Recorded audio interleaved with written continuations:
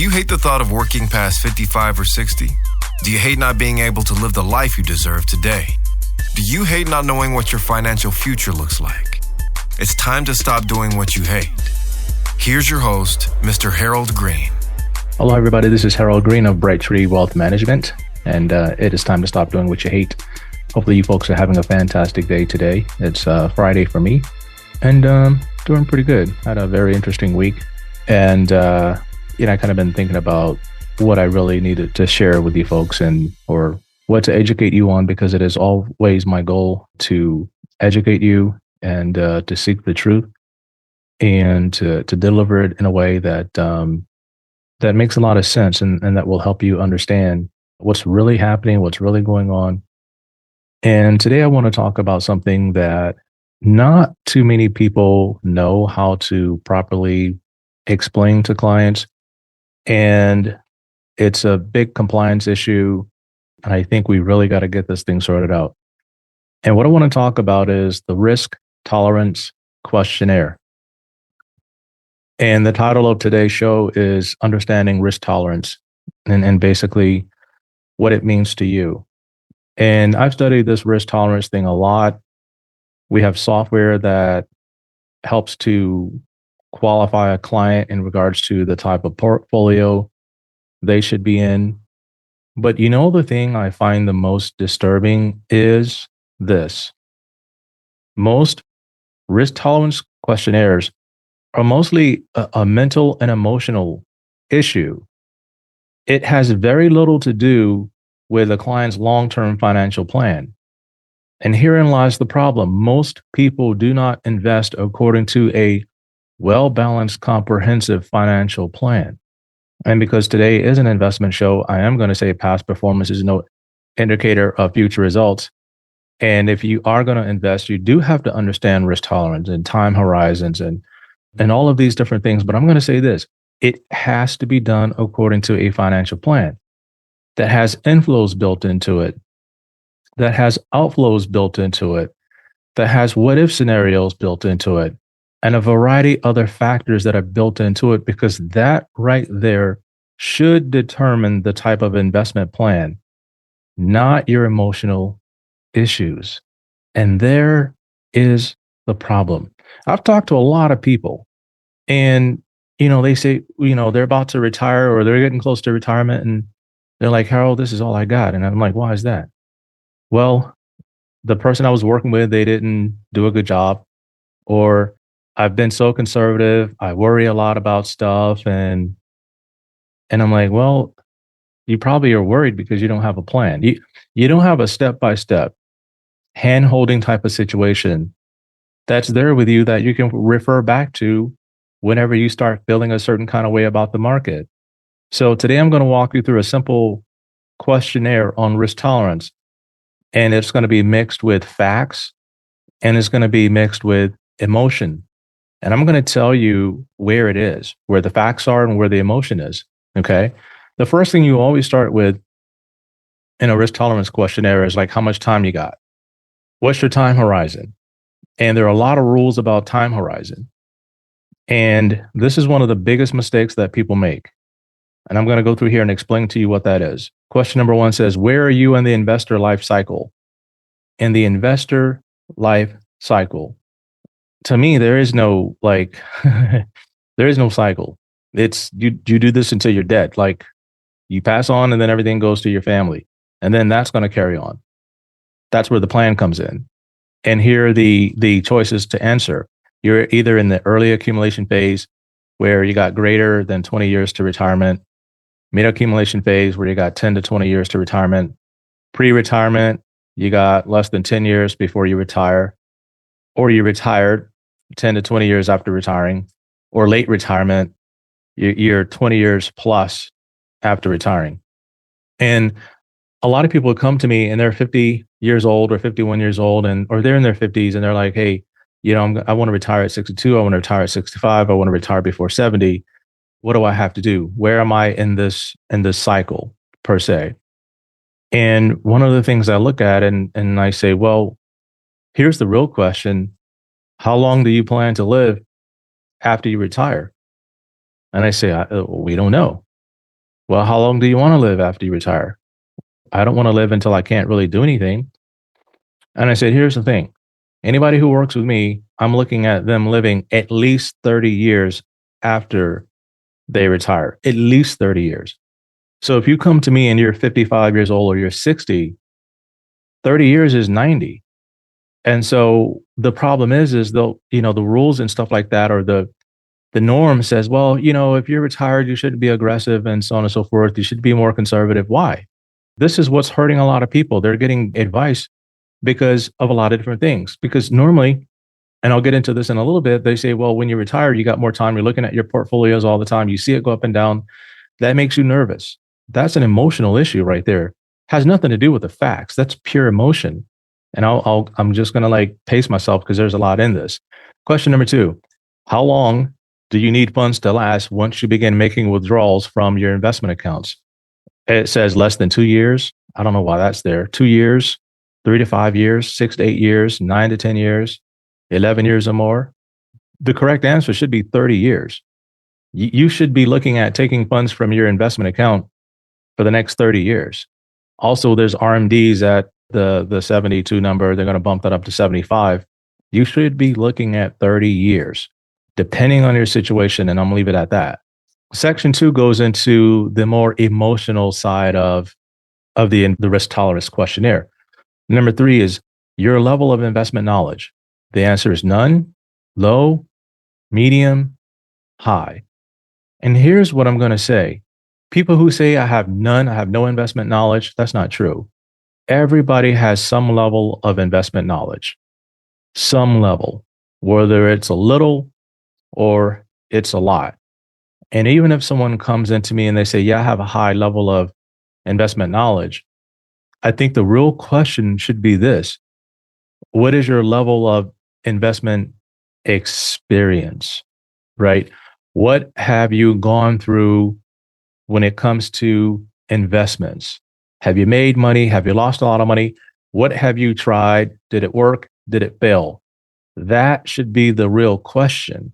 Because again, some people know more than they think they know. And people who think they know a lot, they know very little because it's not really based on your level of investment knowledge. It's just based on your level of experience. And I'm going to have that question in my questionnaire about experience, not what you think you know or what you don't know. Number 4, which statement do you identify with the most?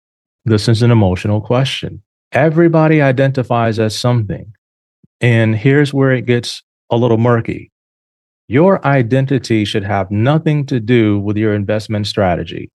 Your investment strategy should be based on your financial plan, not your identity. Well, I'm comfortable earning lower returns if it means taking less risk because, my dad, he used to invest, he lost money, and my mom, I saw her losing money, and my friend lost money, and that just made me conservative. I don't like losing money. So if I got to take a lower return just because I don't want to see the risk, I'm fine with that. The question is how does that look in your financial plan? You're taking less risk, but you have all these goals and things that you want to do. Where's the money going to come from to fund that? Now, if you have other monies like a pension or something coming in and you can just like knock it all out with your pension money, yeah, then you don't need to take that kind of risk. Then I'm okay with that. Number 2, I'm comfortable taking a moderate amount of risk to earn moderate returns. I'm comfortable taking more risk to earn higher returns. Here's the truth. You should never be in one of these positions all the time. I'm going to say that again. You should never be in one of these positions all the time. There are going to be times in the market where you could find yourself in each one of these modes. And I'm going to give you an example. When the market gives you opportunities to earn a tremendous or potentially earn a tremendous amount of money, and you're comfortable earning a lower return because you're taking less risk, you're missing the whole point. You're missing the whole boat. You can say, hey, all right, this is where the market is right now. We're going to take this kind of risk because the potential returns are this. It's basically 5% versus 30% in a year. Once you earn your 30%, it's okay to cash in your chips and go back to being conservative mode when the market changes. The problem is too many investment advisors are not accurately explaining this because they have the client in a particular type of a portfolio. It's either aggressive, it's either moderate, or it's either low risk. Because the client answered the questionnaire and they say they're low risk. I don't want to get in trouble. I don't want them calling me all the time. No, you're doing the client a disservice because you're not properly explaining what the opportunities are that are out there because you're not taking advantage of the opportunities yourself as the investment advisor. That's a problem. Number 5, what is your primary goal for investing? So that's circle 1. Avoiding loss, even if it means accepting lower returns. This is emotional. Hedging against inflation at risk levels I'm comfortable with. That doesn't work. That doesn't work. Hedging against inflation at risk levels I'm comfortable with. Wait a minute. If inflation is 3% and you're only comfortable hedging against it at 3%, you might run out of money. You might hit what they call portfolio failure. This is an emotional issue. Increasing portfolio value at a steady pace. This is honest. And some people say, okay, look, a steady pace. What is a steady pace? As long as it's trending upward, I see that as a steady pace. Or it could be down 1 year, up 1 year, down 1 year, up 1 year. But at the end of 5 years, you're up 20%, you're up 30%. Is that a steady pace? Again, what does the financial plan dictate? A steady pace or the tortoise and the hare approach? Like the hare, boom, you run, you knock out the race, you chill. The problem with the hare is he thought he had won, but he he ran too fast and he slowed down at the end or wherever he was and he just fell asleep. We don't do that. The last answer is earning the highest possible return regardless of the risk. What if the financial plan dictates this for a period of time? Earning the highest return possible regardless of the risk. What if that's necessary for your situation? What if you come into me and you only have $300,000 and you're 60 years old and that's all you have? What do we do between now and 65 or 70 or whenever? And I was talking to somebody the other day and, we were talking about risk tolerance and trying to find a better software scenario to help us dictate and determine how to help clients understand this. And I told them about the Rapid Retire program because, we're talking about risk tolerance and they're saying, well, if the person is low risk, then they just have to keep working. I said, what if they can't work? What if they get sick? What if something happens? What if they're forced out of the workforce? They can't. So we have to generate these returns. We have to find opportunities to generate the highest possible return. I'm not going to say regardless of the risk, because that's a crazy thing. That's foolish. You have to understand the risk involved in the investments. This, again, is an emotional thing, and this is more like gambling for some people. This is to help determine whether or not a person is a gambler or not. They're taking unnecessary risk. That's what the financial plan is for. Question number 6. Increasing market volatility results in a 20% dip in your portfolio. How do you proceed? Emotional. Immediately shift to a more conservative asset allocation to minimize the potential for additional losses. Wait a few months to see if the market shows signs of recovery before making a pivot. Buy more shares when prices are low. Do nothing. Your action should be based on the financial plan. Okay? It should be based on that. And it should be based on one more thing. And I'm going to tell you what that is towards the end of this conversation. Okay. Number 7, which risk reward profile is most attractive to you? Assuming a 30-year investment horizon, it used to say 5-year, but I changed it to 30. Again, this is emotional. Which risk reward profile is most attractive to you? To me, it doesn't matter. It's what does your plan dictate? What do you need? What type of returns do the plan need? Here are the answers. Portfolio number 1, potential gain of 20% for a potential loss of 8%. There's a spread there. Number 2, potential gain of 25% for a potential loss of 13. Then it goes for potential gain of 30, 20 for a loss of 21. Potential gain of 33 for a loss of 27. Potential gain of 37. Potential loss of 34.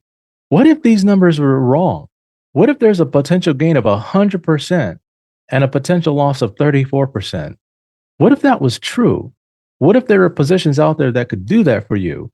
What if? And I'll explain something towards the end of this. Should not be what's attractive to you. It should be what's possible. Is 100% gain with a 34% loss possible? Yes, but it's going to depend on how active your manager is. Number 8, what are you most likely to focus on when monitoring your portfolio? This is a good one because this is mixed with emotion and facts. Okay. Number 1, are you going to focus on investments that are underperforming? Like, you put that in my portfolio. It's not going anywhere. It hasn't done nothing. And then you call and say, I want it gone. Next month, it goes up 30%. Now what? Number 2, you focus on investments that are overperforming. Yeah, Harold, that thing is, that's on fire. I love it. Add more to it. Overall portfolio performance, short term, are you just looking at the short term? Harold, I'm down 10% over the last month. What's going on? Overall portfolio performance, long term. Okay. This is where it goes back to our plan. Our plan dictates what we should be focusing on. Number 9, which is more important to you? Generating consistent income from your investments with relatively minimal risk. I'll tell you honestly, I don't take on these kind of clients because, again, it's the mindset. If you're trying to generate income, most likely I'm not going to take you on unless it's a specific situation because this is not what we do. And so I've generated portfolios for clients that did come in and say, hey, this here happened. I inherited all this money. I want to just park it over here. But normally those people are already clients. Okay. And I'll do that for them. But people coming in off the street, I normally don't get those people. And then if I do, I really have to question whether or not I'm going to take them on because they're nervous Nellies for the most part. And it's not going to go well with the relationship. Number 2, growing your portfolio's value while also generating income. And then growth only. Here's the problem. If you're in an actively managed portfolio, the goal is to generate as much growth in the portfolio and then be able to withdraw as much as you're going to need. The whole income conversation shouldn't really be a part of this, but because this right here is an investment person, this is a client's makeup. This is all about the client's makeup. Like they don't want to lose, so this is kind of telling me that, hey, this person is super conservative. As long as they can get, $3,000 a month out of this thing, they don't want to be taking all that risk. I really don't have those people on board as clients. I really don't. 10, which scenario worries you the most? Loss of principal. Again, which scenario worries you the most? Investment returns that don't keep pace with inflation, underperformance that leads to portfolio shortfalls, mistiming the market. And this is an honest question. It's an emotional question. And a lot of times people worry because they don't know what to do. And one of the things that we do is we try to educate our clients, we educate our clients so that they shouldn't have to worry. Because if you're sitting there worried, what the heck did you hire me for? You're going to hire me and then you worry, what do I lose sleep for? I'm wasting my time if you're going to worry. And then now I'm like stressed out. I'm trying to do my job and I got all these things on my plate and I'm trying to take care of. And I know I'm going to be writing your portfolio, but you're just so worried. And again, it's because there's something that you don't know. That's what worries you. We don't understand what the plan is. We don't understand what the action steps are. And I'll get to that in a second. Number 11, which scenario would allow you to take more risk in your portfolio than you're normally comfortable with? This is a very important question. And I think right here, and I'll get into it in a second, but this is important. Here are the answers. My investment manager actively checks trades in my portfolio often. Like this guy's on it. Number 2, my investment manager sends out quarterly updates explaining our current investment strategy, what's going on, why it's happening. Third answer, I have bad spending habits and I may outspend my current assets. So I got to take more risk that I'm comfortable with because I'm wasting money. I'm spending too much money. The next one, periodically, I must have family members. Like my family is poor. They don't have money. So I'm always having to help them. And so if I'm sitting here in conservative mode and my portfolio is not generating enough money and I'm helping my family, then I'm going to run out of money. And then we're both going to be in a bad spot. So I gotta put the foot on the gas. And the last one is my investment manager has a track record of making up losses in 12 to 18 months. Which one would allow you to take more risk in your portfolio? This is where it is. And so I tell clients all the time, hey, look, it's not if we're going to lose money or not. It's not that. You're going to lose money in the market. That is a guarantee. In the stock market, you are guaranteed to make money. You are guaranteed to lose money. The question is you want to be which side? Okay, so you have to balance it out so that you're taking the risk and you have to get in the positions that over time are going to give you the returns that you're going to need. You got to balance out the ups and the downs because your portfolio is going to go down. That's guaranteed. I know that for a fact because I see it every day. The stock doesn't just go up a cent a day or 2 cents a day. It's up $1. It's down 5. It's up 10. It's down 20. It's up 30. And so some of these positions are volatile. And the question is if we get into a rough patch in the market, like we did in 21 and 22 and 23, if bad things happen in the market, the question is what do you do? Do you do nothing? Do you buy more? What does the investment strategy dictate? Not what you are comfortable with, not what your emotions say you should do, but what does the investment strategy dictate according to the financial plan? And a lot of times, Warren Buffett says buy low, sell high. But a lot of times people aren't comfortable with that. So guess what they do? They sell low and they buy when things turn around. It's an emotional disaster that happens all the time. So I share with my clients, look, how long have you been with me? 10 years, 15 years, whatever it is. Every time your portfolio went down, how long did it take us to make it back up? Some clients say, Harold, it was like 3 months. I looked and then I looked again. And the next quarter, I was back to where I was the quarter before. Did you panic? No. Why not? Because the strategy does not allow for me to panic. If I panic, that hurts the strategy. Again, so what we do for our clients is I tell them straight up, when we know that our theme is accurate and we're on the right track, regardless of what everybody else they're saying, we are adding in and layering into our positions as they go down. Why? Because I know the selling is purely emotional, it's algorithmic. The computers are selling.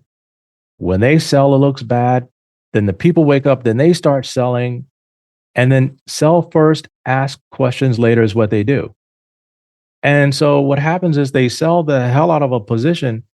And then a week later, everybody wakes up and says, hey, this thing is on sale. My God, it's cheap. Let's pile back in. It's like, what? So while they were all piling out, we were layering in. So we have our place in line. So when they come running back and they want to buy it back, because now the news says this about the stock and the media says this about the stock. Now they're running back to buy it back. This is where we make our clients, that's the potential for us to make our clients the most money they've ever seen in their entire lives. Because we teach them not to panic. And what does their investment strategy allow for and what does it call for?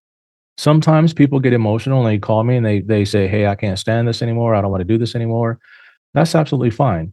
At that point, 9 times out of 10, we part ways because I don't care what they do. When they leave, look, they still got to live. They still got to retire. They still got to invest or do something, right? Or they have to cut back their lifestyle so drastically that they're just so frugal. They don't want the risk. They become like so cheap. They're like unbearable people. Like they don't go out to eat. They don't do anything. They're just existing because they've been burned emotionally with the whole investment strategy because they didn't understand how their plan should dictate the strategy. And then the strategy dictates what we buy, what we sell, when we buy it, when we sell it, not an emotional response. And the last question is, where do you get most of your investment news? From coworkers? From cable news? From social media? From investment software sites like Motley Fool? Most people get their investment news from social media and cable news. The 2 worst places you can get investment information. You know why? Because everybody has a narrative that they are trying to sell or a point of view that they are trying to get across. And there's hardly any time to go into the fundamentals behind it. There's very few shows out there where they dig into the fundamentals and they begin to like get into the, corporate structure, who the CEO is and the business model, and do they have good management teams? Very seldom. You just hear people's opinion. And a lot of times their opinions are based on their politics. So this is why it's a disaster to get your information from the wrong sources. And this is why for me and my firm, every 2 weeks, we put out update to our clients explaining, hey, here's what's going on out there. I know you heard this. Here's what this means. Is it good or bad? When a CPI report comes out, man, inflation is it's going to go up. It's going to go on the rise. And so therefore you get emotional and you start to panic based on what somebody said in the media. That's crazy. We have to turn back to the plan. Your plan calls for you taking $40,000 out a year to travel for 10 years. If we start going conservative at the wrong time, when we should be the most aggressive, then you might have to cut that trip back to like 10,000, 10,000 coming out. This is where you don't change the strategy unless you change the plan.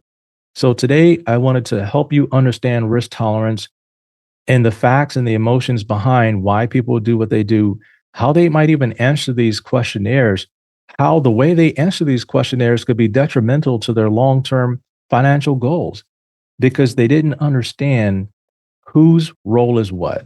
Now, I'm going to explain this. As a client, your role is to get yourself educated with me, understand what you're supposed to be doing when you're supposed to be doing it. My goal is not only to do my job, but to explain to you why I'm doing what I'm doing and why we should be taking this kind of risk or not taking this kind of risk according to your plan and your strategy. That's very important. So therefore, we are a perfect team. When we work in harmony like this, when the market goes down, you see me buying. If the market goes down and you don't see me buying, one of two things are happening. Either I believe that the selling is going to continue, or I'm lazy. I'm not doing my job. If I don't buy, it's for a particular reason. It has to be for a reason. And the only reason is I think it's going to go down more. And I have to explain that to you. Hey, we're not going to buy right now. We're going to rotate here. We're going to do this and we're going to wait because I think it's going to go down more and we'll have a better entry point to come back in. Otherwise, you're going to see trades in your portfolio. And if you see trades in there, even though the position is going down, it means I believe that the selling is short-lived and the buying is going to pick up in a month or two. And so therefore, we're going to layer in as the position gets cheaper. That's what we should be doing. And so I just wanted to share that with you guys today. Understand risk tolerance, how it ties into a financial plan. If you think you've been educated wrong on risk tolerance and you want to talk to me a little bit more, get on the calendar, go to the website, request an appointment, and we'll be sure to talk to you and help you get this thing straightened out. Because too many people are sitting in underperforming portfolios because they have the wrong idea about risk tolerance. So thank you for allowing me to share today's show with you. And until next time, everybody, 1, 2, 3, let's get it. This is the podcastfactory.com.